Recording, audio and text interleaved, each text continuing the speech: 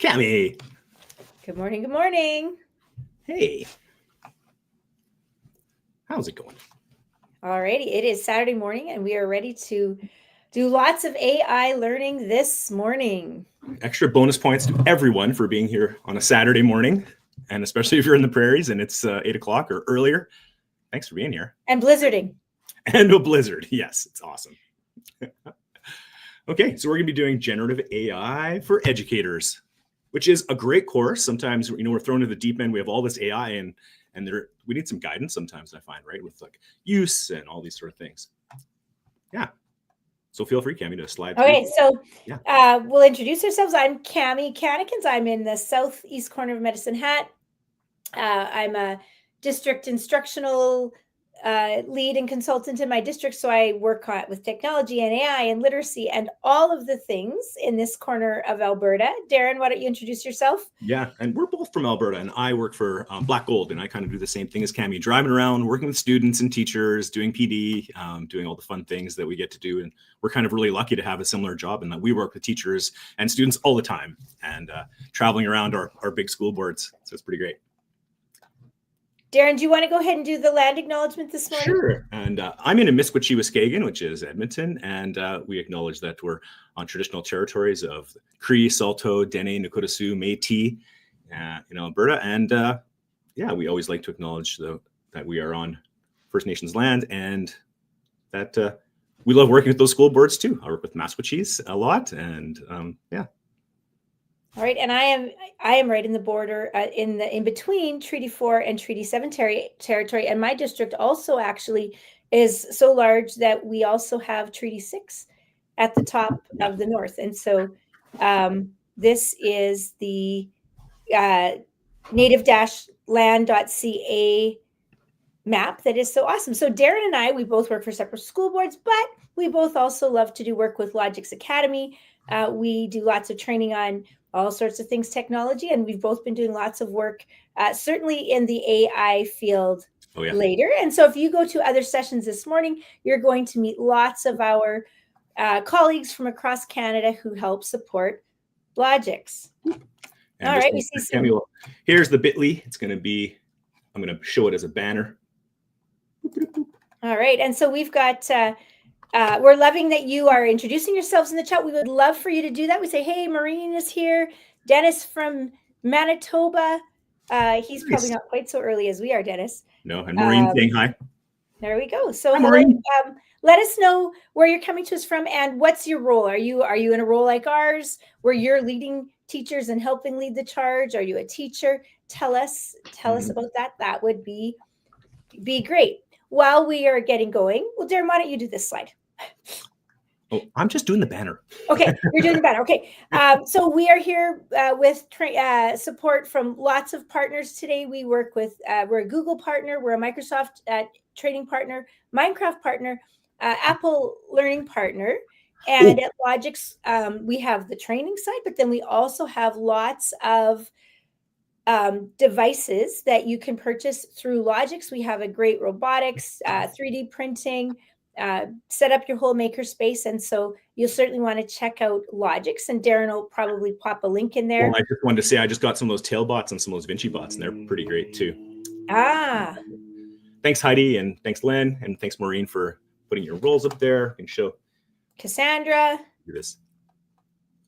Oh, so we've got lots of friends from Ontario this morning. So next week, 2 weeks from now is Computer Science EdTech Week. And every year when that's approaching, I'm always excited to see what Logix is going to have for our lineup. And so in the slide deck, you can see that we have 2 different sessions at 10 and 1 Eastern every day. And most of those are co-taught lessons. So we come in as co-teachers with you, and we will help deliver a lesson to your students, everything from Minecraft to AI to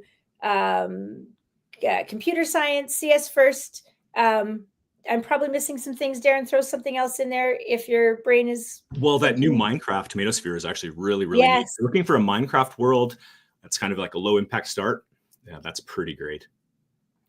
All right. Oh, we even have Laura in Halifax in the house. Good morning. Shannon from Calgary. Lots of Winnipeggers. All right. Now, Great. Darren, are you okay? Darren's over. Okay. Well, we got Today lots we of are comments. That's great. extra I'm just lucky turning in. to have Microsoft funding for this event. So even though Yeah. today our session is going to focus on a product produced by Google, Microsoft says we don't care. We want teachers, educators, school boards, districts. We want to get good AI foundational education out to the educational masses in Canada. So a great thank you to Microsoft for funding this event today. Awesome. Now, as Darren mentioned at the outset, what we're going to be looking at today is actually geared around a course offered by Grow with Google, and it's called Generative AI for Educators. And so as we look at that course, this is our plan for the day. We are going to do an overview of the course, kind of talk a little bit about and how to get there, and even give you a little bit of time to log in. And then we are going to kind of talk about a few basics that are involved in that course. Maybe not because you need them today. You might be here because you are an AI enthusiast and you just want to learn more. But we also want to give you an idea of what this has in it as far as a ground zero entry level for brand new to AI educators. And then we're really going to spend most of the morning working on prompting and working prompts and trying to say, okay, here's our starting point. How can we make this better and better? And show teachers that we can push back, and we should push back on the AI. Yeah. And that's a really important point. Even though you're using one of those tools, whether you're using Brisk, Magic School, Copilot, any of those tools, the prompting actually does make a difference. Right. And that's one of the great things about the course, the prompts acronym, and the fact that you can reiterate those prompts. It's really great. We had a question if we're offering anything in French for that CS week. And yes, we are. The Minecraft, the Tomatosphere is going to be en français as well. And I think there might be some other ones, Darren. I don't have access to look at that, but maybe you can check that out for our friends en français. We might have more. In the educator, Generative AI for Educator course, and Darren will drop a link to that in the chat in a moment. This session is about the course, Generative AI for Educators. We're going to talk about using Gemini. I'm going to use Gemini because it is the Google large language model tool, but you do not have to use Gemini. It's not about Gemini. It's about good, solid AI foundations. And even in the course says use whatever tool you have. And so I love that about the course. Now, we want to say at the beginning, whatever you're going to do with AI, make sure that you check with your board and that you're board aligned. Make sure that you're using approved AI platforms for your board. Every board is different. Darren, guess what? Yesterday, finally, they turned Gemini on in our school domain.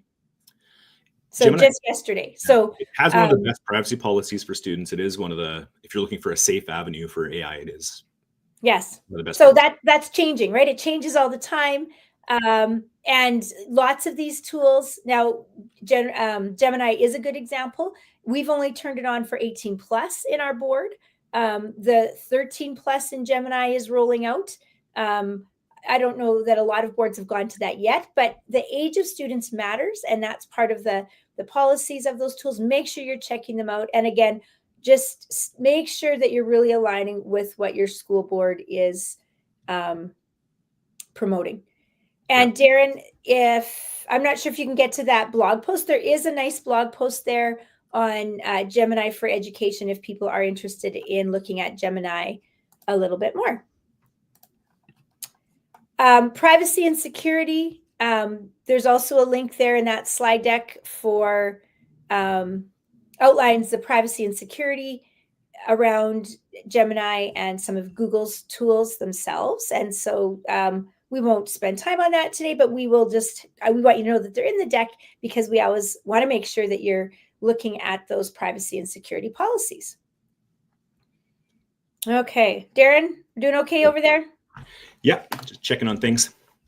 Okay, so as we go through the course, these are little icons that are from the AI for the Gen AI for Educators course, and we're going to use them in our slide deck today as we go forward. So you'll see the learn icon, the two people talking together. that'll be a slide where we're going to have a list of possible topics, a list of things that you could try, kind of some ideas. It's the content, if you will.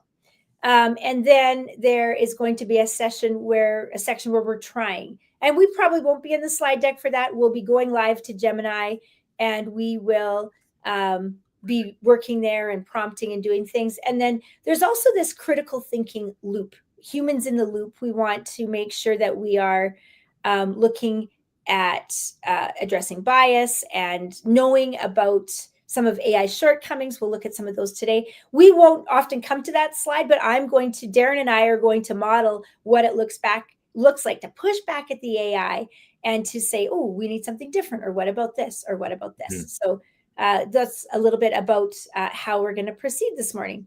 Awesome. Okay, so the course itself is called Generative AI for Educators. And Darren, if you can line up that course, there it is. If you also want to pop that in the chat, that would be great too. So a couple great things about the course. It's free and it takes about 2 hours. Now, I did it with, when I went through it, I've done it a couple times, and it actually takes about 2 hours. It could take longer, but I don't know. I found that it's, you can't do it. I don't think you can do it in an hour. You would have to like literally just click, click, click, click, click. And even then it would be probably tough to get through in an hour. And I don't recommend that anyways. The nice thing is that it's absolutely self-paced. And so once you get in and start, you don't need to sit down for 2 hours and do it. We're going to show you in a moment how to log in, where to go. And it will, it's divided into about 5 different modules. So they're about maybe half an hour each. So you can sit down for 20 minutes, 30 minutes, do one, come back if you're like me 2 weeks later, 3 weeks later. And I might get there eventually, but probably not all in one day. The thing with it too, Cami, I find, when you're trying to recertify your Google educator, you might be clicking really as fast as you possibly can, and you might be tempted to do that. But there's actually some really great content in the course that talks about prompting and reiteration, the models, how they work, and that kind of stuff that is going to be really valuable to kind of guide you forward. So right, whether you're new to AI or you're in a role where you're leading your teachers through AI, there is absolutely lots of great information there. Okay, and at the end, you get a certificate. So if you click on Darren's link there and go to the course, you will see that there's a Get Started Now button. And when you click into that, you'll get the preview of the content. It's side by side on my screen, but you just scroll down and you'll notice there's little radio buttons as you complete each part of the course. It goes click, click, click, it checks out, and you can see where your progress is. Oh, Allison's having problems with the slide deck. Okay, so we had to do some last minute change ups on that. So it's definitely possible that there's some gremlins in there. Darren will check that out for us. Checking it. All right, we would love to have you take a minute right now. If you actually, 2 things. If you have done the course already. Yeah. The link to the deck is a link to StreamYard. That's why. We'll fix that. Okay. Oops. Okay. All good. Okay. Yes. That's, yeah.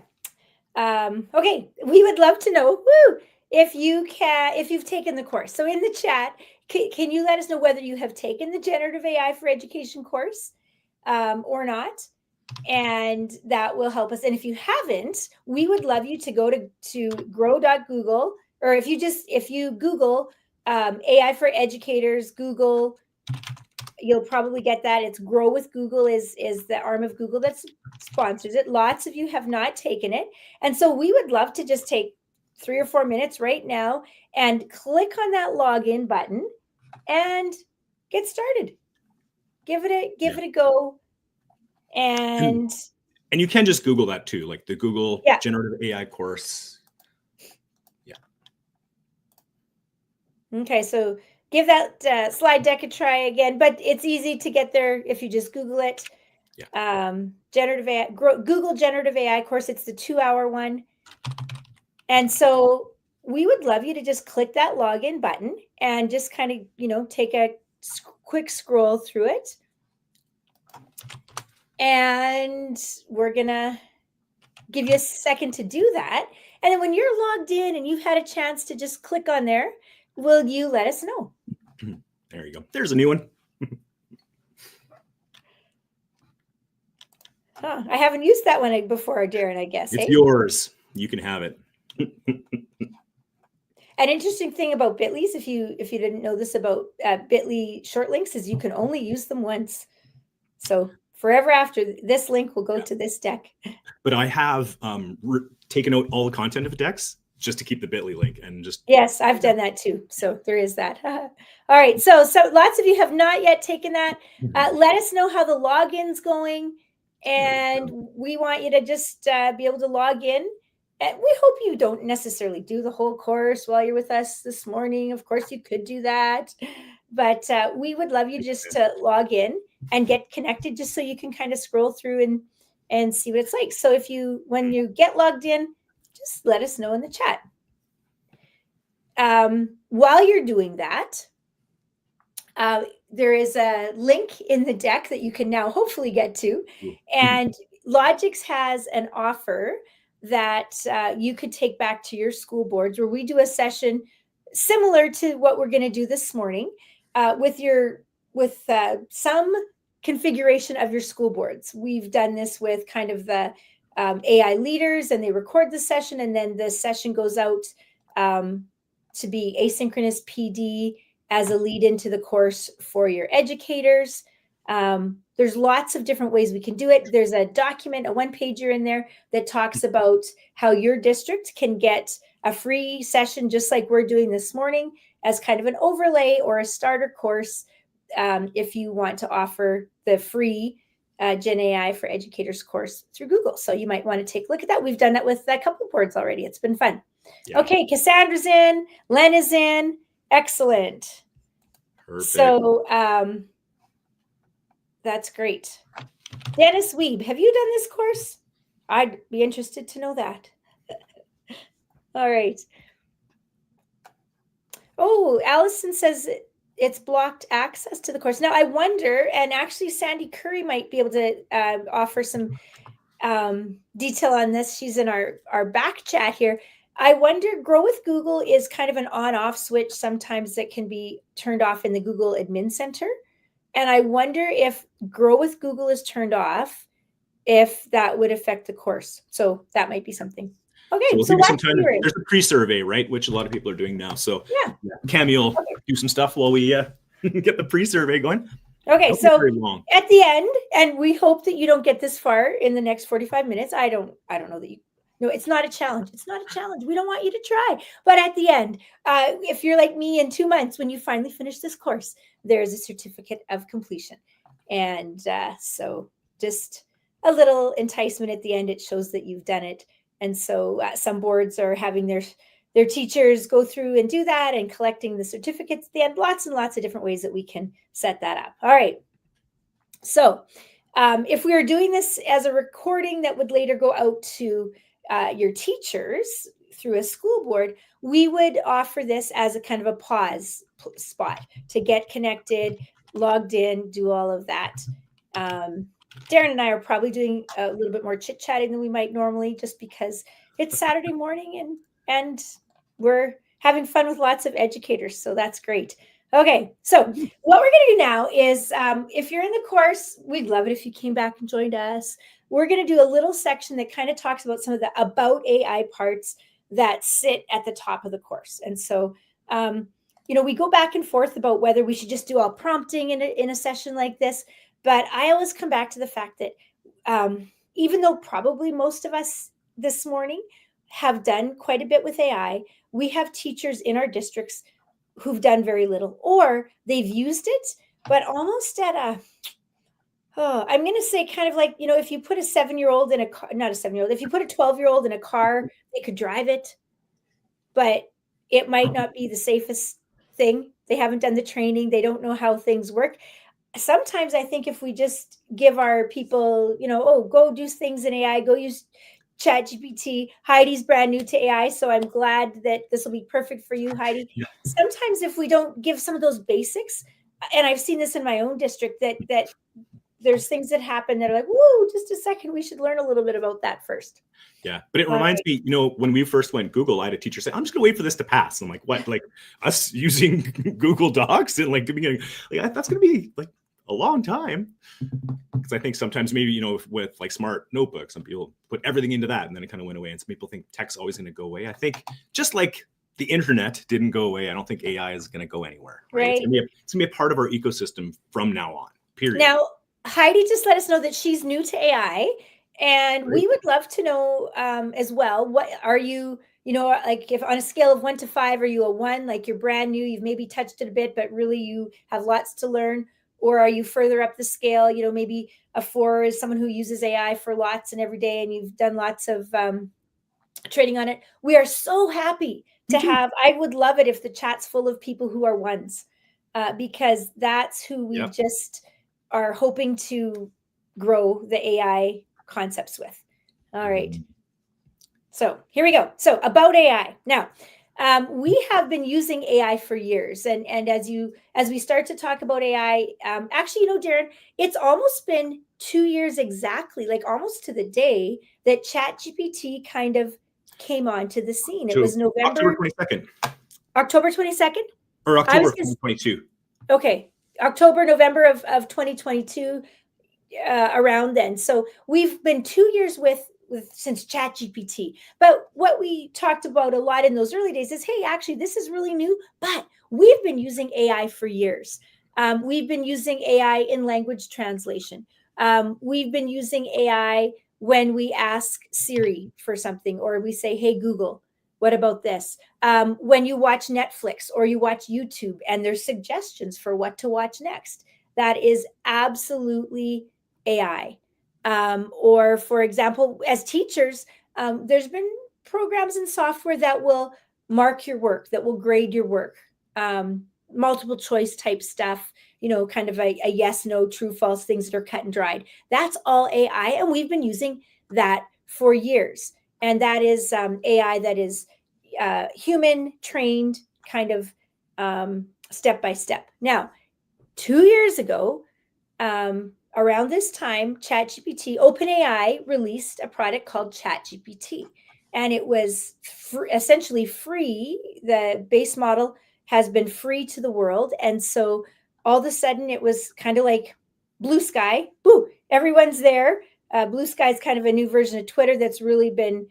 I've been seeing that everywhere lately. I'm not sure about you, Darren, but it feels a little bit like when ChatGPT first came out. People are trying it. And so it is generative AI. Yeah, it was the first open to the public AI that you could just go and talk to. So that was a novel thing for people. So it took it out of the academia and out of the tech. I'm going to say tech geek in a loving way, the tech geek realm, and brought it to the public. And so here's what's different about this generative AI thing.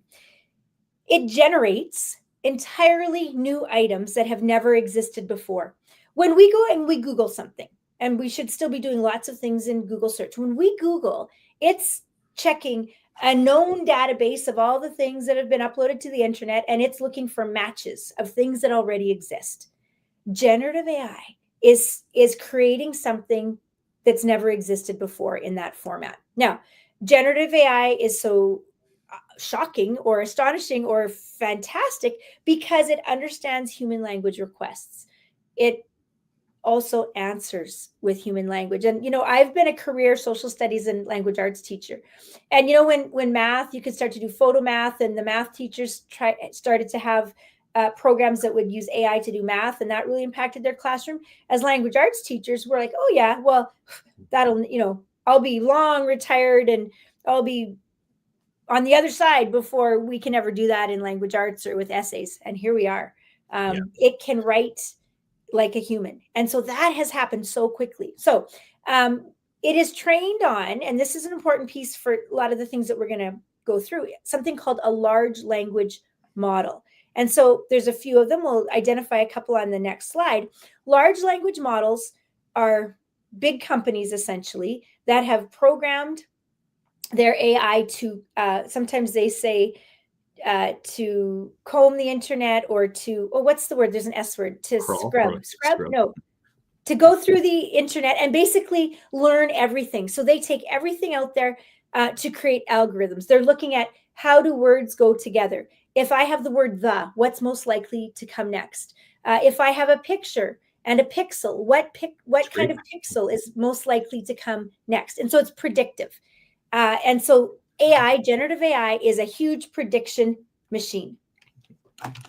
Scrape, I think Sandy said. Yeah. Oh, scrape the internet. Yes, thank you. That's the word. And I used that. I had that word yesterday. Scour is good, but that's a good point. And one thing that I don't like it when we just use it as a source. Like I'm doing a grade 5 science class, I'm just making a grade 5 science reference page. Like that exists, that humans have created, experts have created, right? Or I saw a resource that someone had created, and it was like Alberta pre-European contact, but they had generated some AI images. And that really kind of struck me as, I didn't like that, because those images didn't exist, and they're an imagined version of that reality. Whereas like we have paintings and things, and we have photos from the late 1800s. I would rather use actual historical sources in some cases. But if you're comparing things, oh my gosh, is it ever excellent at that?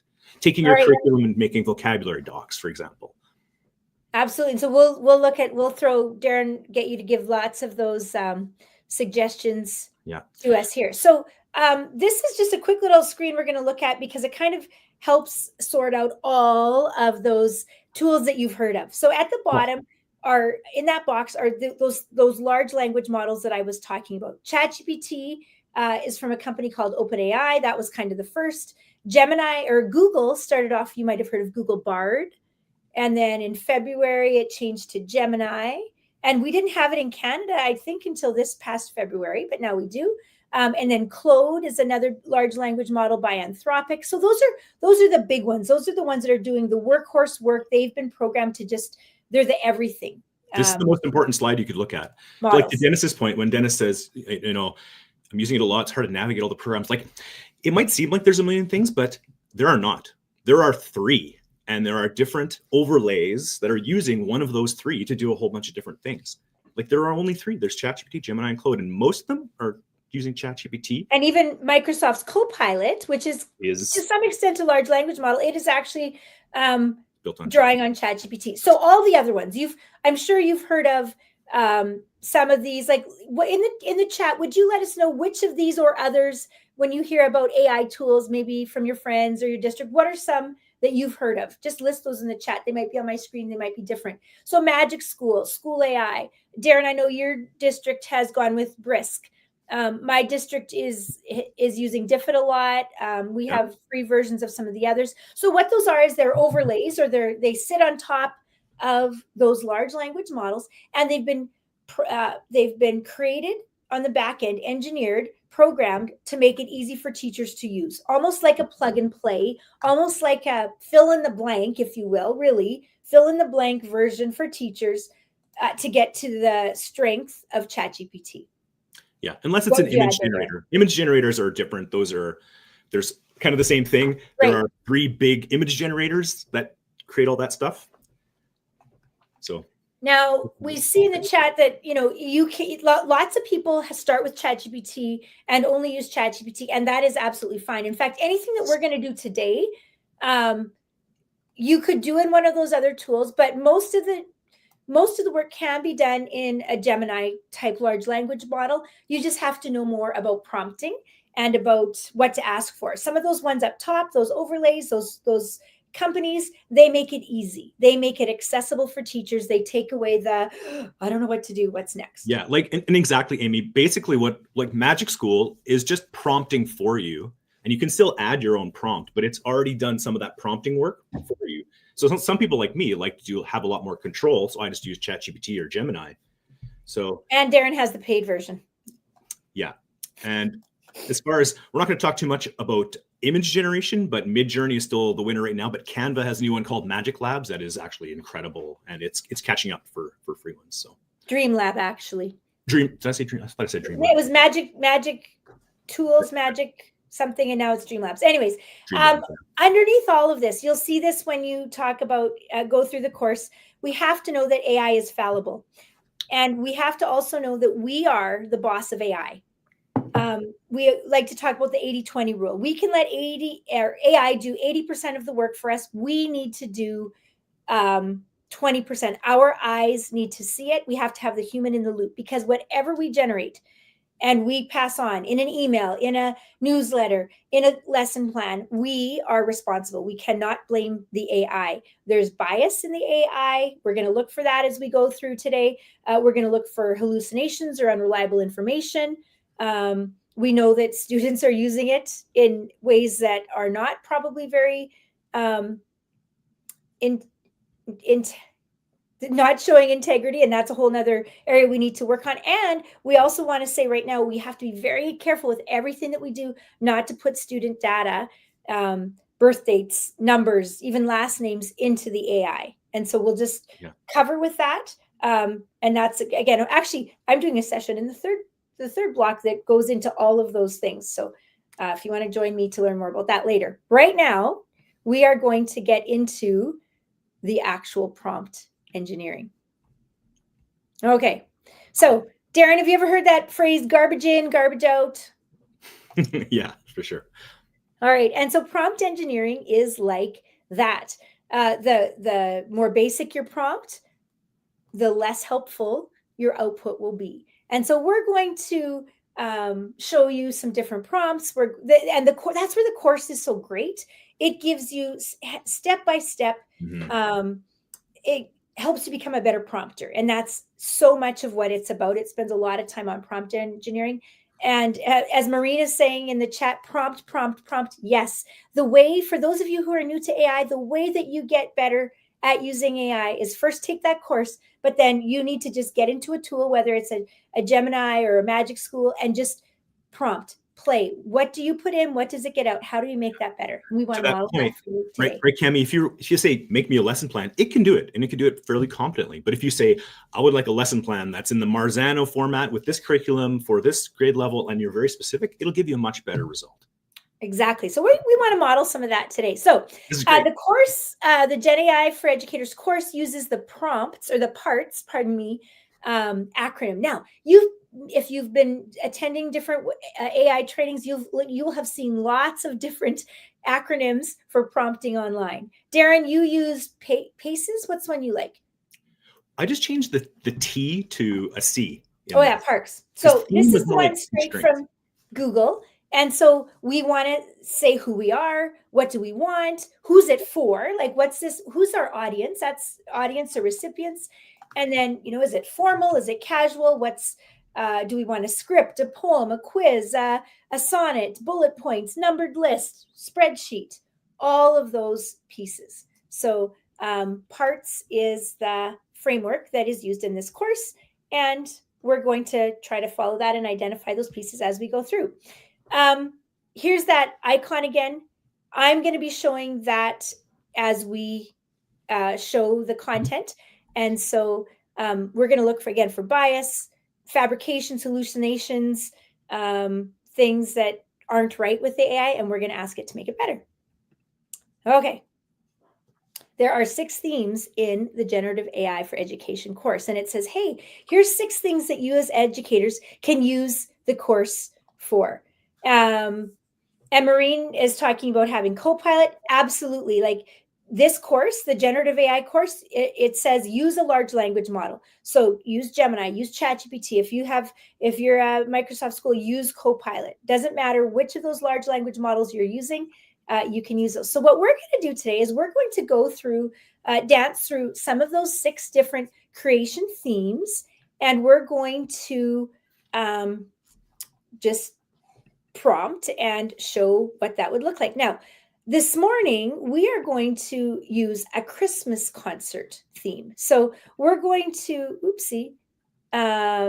we're going to kind of follow that theme. But we want you to, if you're going to play along with us in your own large language model, we want to have you pick something. What's something that you need to do? Maybe it's a science lesson that you have to create or you want to recreate. We're going to kind of stick with something that's general. Like everyone has to do a Christmas concert, or everyone has to do a school tournament, or maybe you have a high school teacher and you're in charge of the annual musical or the school play, or you're running a basketball tournament, or it doesn't matter what you have to do. We're going to kind of stick with something that's more on the because we've got people from all different curriculums all over the place. We're going to stay away from curriculum and kind of just do a general topic today. But you can absolutely dive in with curriculum. And if you have something that you're going to pick away at as you follow us along today, go ahead and put your idea in the chat. And so we'd love to know what you might think. Ooh, I wonder about this today. Okay. So the first thing that we're going to do is we are going to look at no Christmas. Yes. And so Phyllis, I want to address that. I'm going to use Christmas. And I know that not all boards celebrate Christmas. And so we're aware of that. So even though I'm using Christmas, I hope we can just say, this is just like a generic thing. We could use Valentine's, we could use St. Patrick's Day, we could use a tournament, anything, right? So I hope we're okay if we just go ahead with that theme. All right, so lesson creation. Now, Darren is a lesson creating master. We can create actual lesson plans, although the free versions of the large language models aren't very good with time. All the time it might say, this takes 10 minutes, 20 minutes, and 10 minutes for a 40-minute lesson. And then our teacher brains have to say, there's no way you could do all that in 20 minutes. We can ask it, we can put it, this is what I use it for. I put my current lesson in and say, hey, I need learning objectives in this style. So we can backwards plan, we can take the materials that we've been using for years and make them better, build them out. All those parts that we would love to have had but never had time to create, we can add those now. We can differentiate, all sorts of things. So we are going to.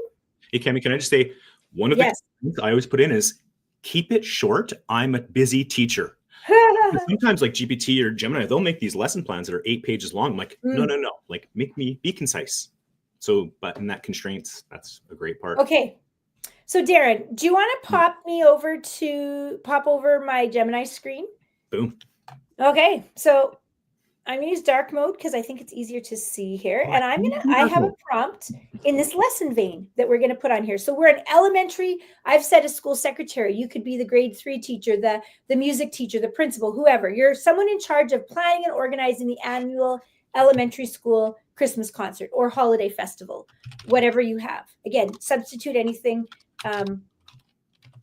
It's not meant to offend. It's just a thing that happens in lots of schools. I hope we can be okay with that. So I've given it a list of things that it's in charge of. So I've said things like choosing the date, expectations with teachers and families, the order of the program, hosting script, publicity materials, logistics. I've given it a list. And yes, I've just copied that out of it to.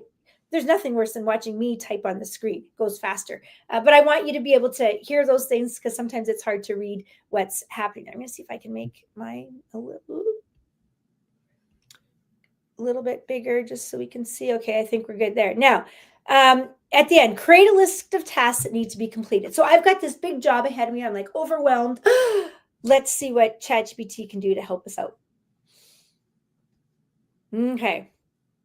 So you'll see here that it gives us some headings and some bullet points inside. So choose the date, and it tells me some things to look for. Check the availability of the school gym. We probably all have a story about where we booked something and oops, something wasn't available. Conflicting events, all those things. Communicate. So there's a bunch of communicate things. Let the staff know, email, order of the program, and a host script. Create all the publicity materials in various formats, social media posts, consider a newsletter. So it's giving me many ways to publicize. Logics and setup. It tells me I need to reserve. I need to make sure I know about seating, supplies, other tasks. So recruit volunteers, coordinate, last minute issues. And so that's not a bad list. I wonder, I'm going to ask it, do you have ideas for after the event?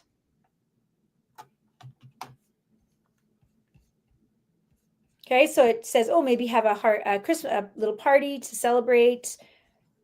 create a video montage, thank you notes to the volunteers, parents. I like how it's got for the students, for the parents. So lots and lots of information there. Now, Darren, lots of places we can go from here. Yeah. To me, I love this because we would go on field trips like to the wetlands, and they're like, oh, did you tell them to bring a water bottle and a hat and all the things? I'm like, oh, geez, I forgot about mosquitoes, like whatever. I would always forget something preparing for field trips. Okay, yes. So now what we're going to do, let's try this. So we've got a huge list and it's overwhelming. I'm going to add a next prompt. So this is me saying, okay, that's good, but I need help with dates. So this prompt says, okay, I picked the date. It's December 18th. Help me with a timeline to get all this done, right? Give me a place to start with. So I'm saying to the AI, okay, well, that's nice, but help me more. Okay.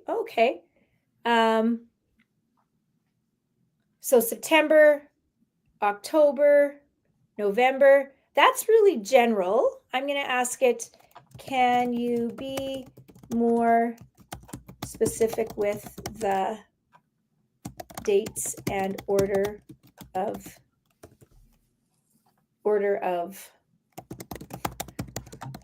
what needs to be done? All right, so I'm going to push it back. Okay. So now it's interesting. Here it started in September.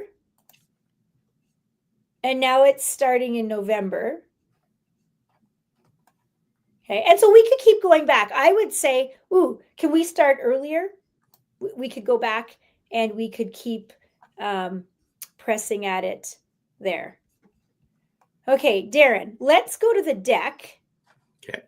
And look at the next thing that we have there. Go to the learn one. Go back.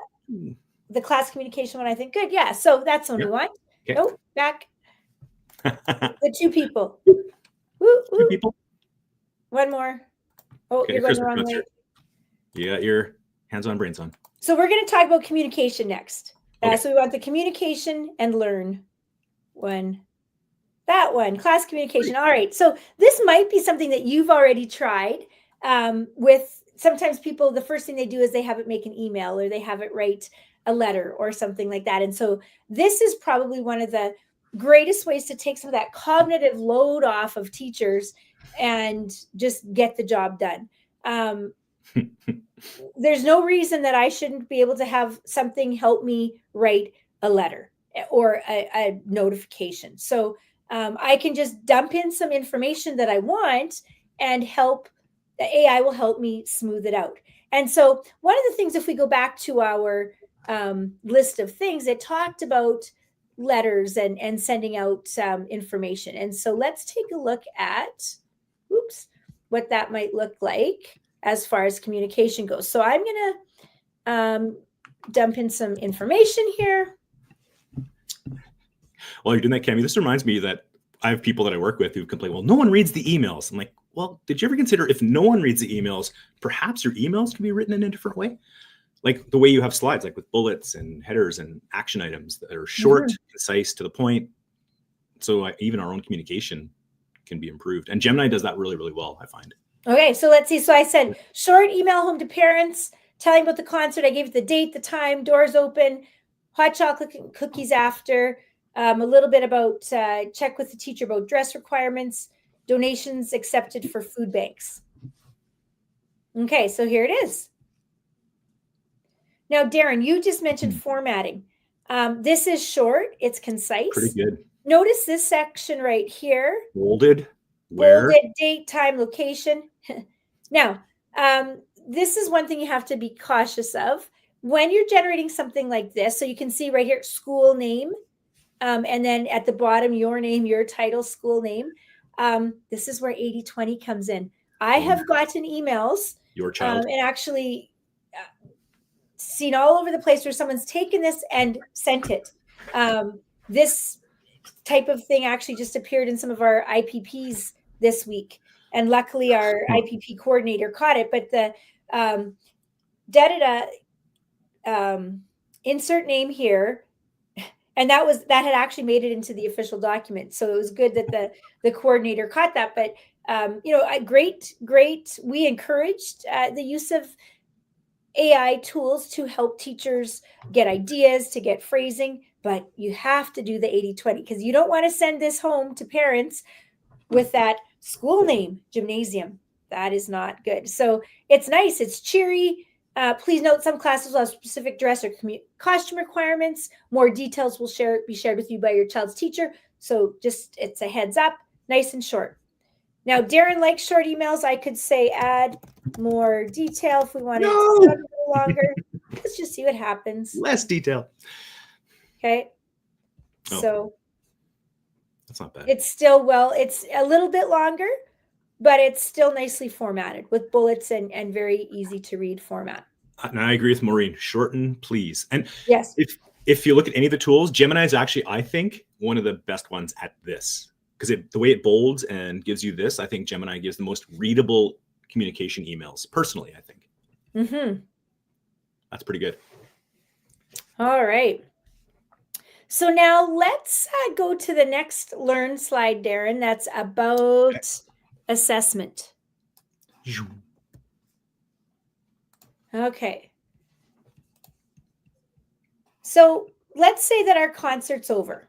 One of the things that AI does really, like I've been a social studies and language arts teacher, so I've taught writing my whole life. Rubrics are my best and worst friend, but it is very, very difficult to make a rubric. So what if we show you how rubrics can be done, and we're going to actually ask it to make a rubric to evaluate our event. So my prompt says, this is my assessment of the event.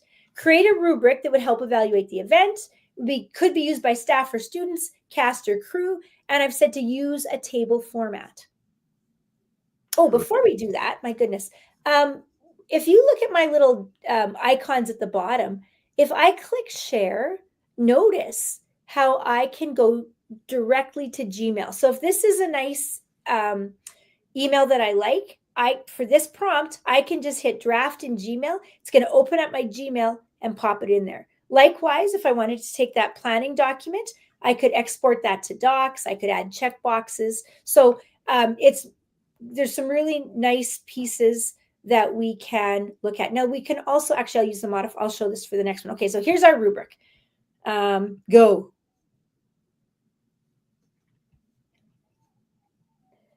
So you'll notice it's got a 4-category rubric. I didn't tell it that, it just chose that. I could ask it for 4 or 5 or more.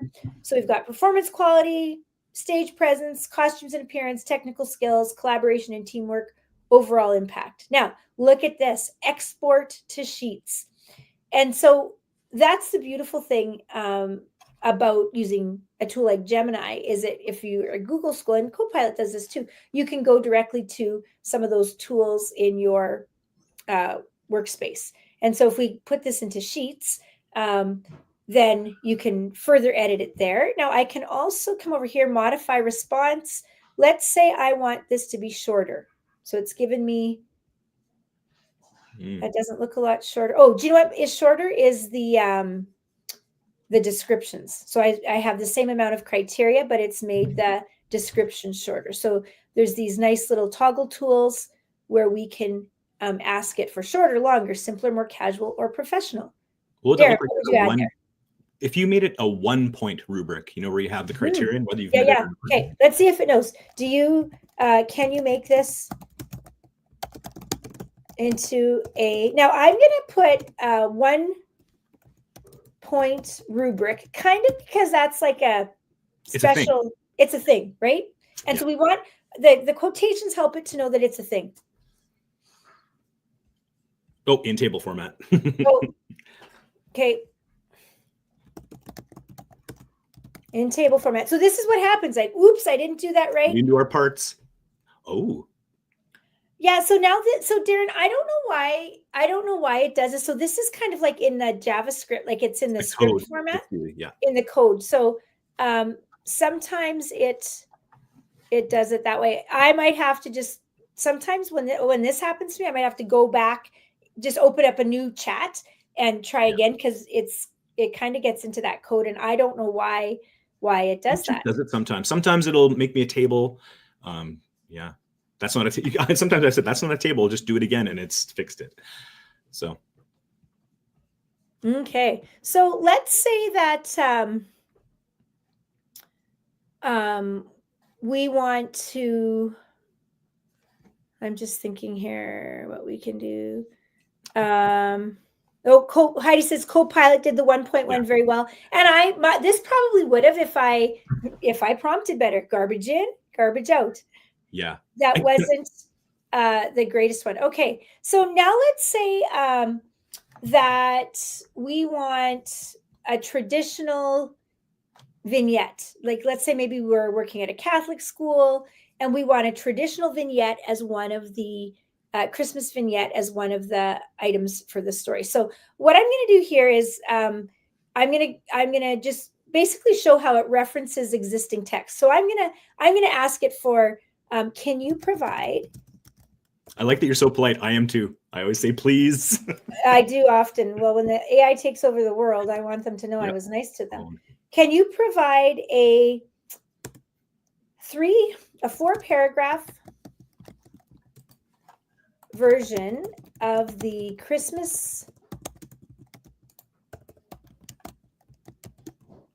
traditional Christmas story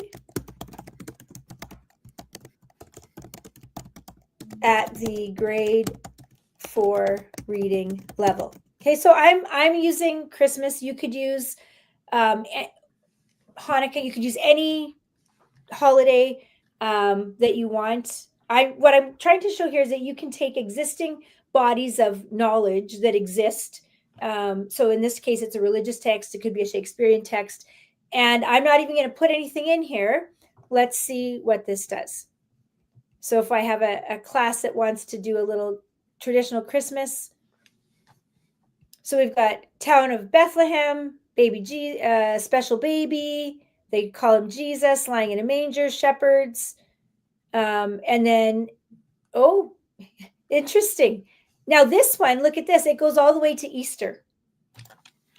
And I don't want that. So just the Christmas part up to when the shepherds come.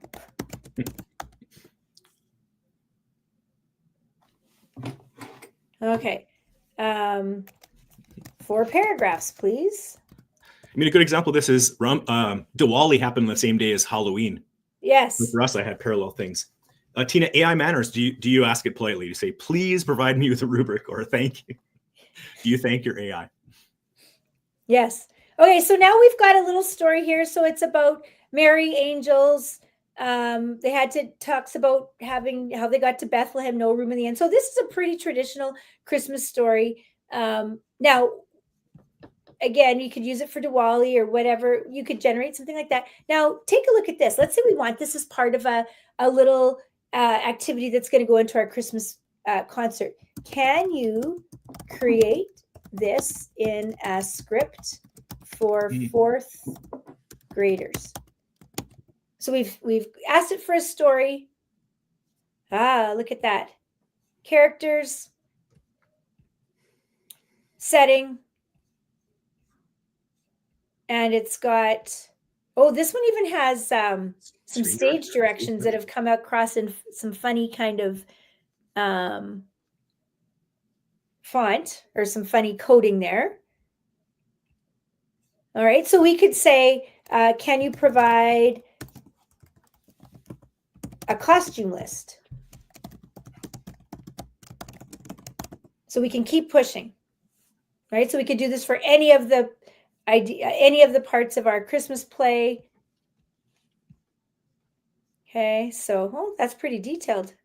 They've thrown the wise men in there. Look at additional characters. Isn't that interesting? Okay, so this is smart. There's 6 characters in the play, but they know it's for 4th grade and that there are a lot of extras. And so it didn't schedule the extras in, but it said, okay, we know that your class is going to be bigger than this. Here's how to dress all the other people. That's clever. Aaron, thoughts? Well, part of the 20% is going through like, yes, no. Nope. I didn't think of that. Yes, and so Target that's 80/20. those kinds of things. Didn't think of that. Okay, now the next thing we're going to look at is relevant and fun materials. So I'm going to start with this one, and this is where Darren excels at. So I'm going to say, those kids are going to be back in the class while they're waiting their turn to go on the stage. And if you've ever, had that concert, the poor teacher's back, you're back there trying to corral the kids and keep them busy while everybody else is on stage until the concert's over. So we're going to start with this: a word bank of 40 Christmas related words to be used on a bingo card. Okay. And so let's just do this.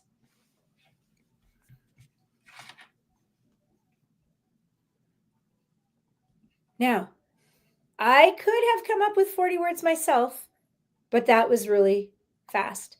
And I can go through, I can get rid of some of these. Darren, what would you do with this list next? Well, I mean, if I'm thinking curriculum, I always start every unit with vocabulary because that's the beginning. If you can speak in the terms of whatever it is, then you actually understand that thing. So I would do definitions, I would do bingo cards, I would do mix and match vocabulary, I would use a Venn diagram, I'd use a Freyer model, I would use word cloud. Word cloud is great because students can visualize it. So with that is one of those great, it is good at this. Take your curriculum, put it in, get a vocabulary list. Oh, I would open up a brand new. Yeah, I'm going to open up a brand new one. We've got...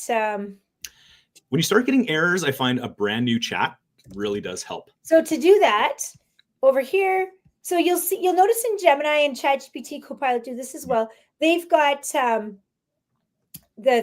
chats that you've done, and you can rename them if you'd like.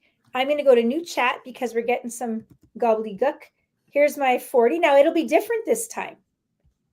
Oops. How different will it be? Season's greetings was at the end. It's number 25. Okay, now create a 5x5 bingo card. I'm going to put in table format, better prompting. In table format with these words. And this will kind of be where we do our last prompting. Oh. So that... Can we try to bug it a little bit and say that's not a table, or can we? Yeah. I'm just curious if it'll fix itself or if it's just going to. Well, that's not a table. Huh? No, it's for some reason. Let's see. Yeah, for some reason it's not. I'm just going to give it a thumbs down. Boom. For some reason it's stuck there. So that's okay because we have to go back to our deck and we need to do some wrap up here. So we've looked at most of those themes. There's a summaries one that we didn't get to, and one where we can look at adjusting reading levels. We kind of did that when we took a traditional Christmas story, which would have been from a traditional religious text, whether you're taking from the Quran or the Bible or Shakespeare, and we've asked it to simplify, and we kind of did that as well. Hey, can I say one thing? Yes. We had a PD day where we had 12 teachers sitting around a table, and they were all trying to create a 1-point rubric together with some curriculum. Yeah. And that's the case where I'm like, you guys, like that, it really excels at, because it's taking documents, it's comparing, and it's compiling into a simple to use thing. That's a great use of AI, right? Where we can rely on it for some things, like making a rubric, so good at that. Yes. So let's go to the end. We're almost there. Keep going. Back one, there you go. Two. Go back. Can you right there? Okay. So there's that a reminder of that offer. If you click on that link, there's a one-pager there about getting an experience similar to this with a little less chit chat, maybe, to your district. And then the next slide there, Darren, is show me about the course. And so if you've been doing the course, you could let us know where you got to if you weren't playing along with us. And the next one is, I think, just our questions. We'll put the good bit.ly link. This one goes to, this is a link you can use. It goes to a page where I have a bunch of today's resources. But Darren will put the link in for today's session as well. And then, Darren, is there a feedback form? Yes. Do you have it on your slides, Cam? I think so. Okay, I hope so. There's your COTOT, and there's your Logix feedback. Okay, so we would love to know in the chat the thing that you were most impacted by. What was the thing that was like, oh, I didn't know AI could do that, or oh, I hadn't thought of that before, or oh, that's your exit ticket out. Darren and I have loved learning with you today, and we hope that you learn a bunch of other great things about AI in the other 2 sessions this morning. Yeah, and I'm doing one at 9:30. Next up. Next up. I'll be with Bailey, our friend Bailey Allenberg, Hey. also from Alberta, is doing one, and I'm doing one at the last session as well. So find a session that suits exactly what you need, and let us know if you had a takeaway, and take a break, get a coffee before you head into the next session. That's great. Yeah, and it doesn't hurt to go through those courses and just learn a little bit about. Excellent. You don't have to do it all at once. You can take your time. I like this. Is there a place to find great prompts? You can find great prompts, but I find the more you just refine your own prompts, like there are prompt starters, but I think you're always going to want to refine them. That's really the key point. But I know we have to shut down here, but there is my favorite place. There's a AI for Education. I'm just going to pop the link real quick before we go. It is a great site, free site, and it has an excellent prompt library. And I'm going to pop that in there. So ideally, the best way to get good at prompting is to practice, but this is a really good site. AIforeducation.io, prompt library, great videos, great learning there. Okay, Darren, I think we got to shut her down and let these good people go to the next place. Ooh, I have a great to see you. Sandy's back. Hi, Sandy. Oh, you shut her down. Oh. No, she's in. Okay, so let's press done. A Google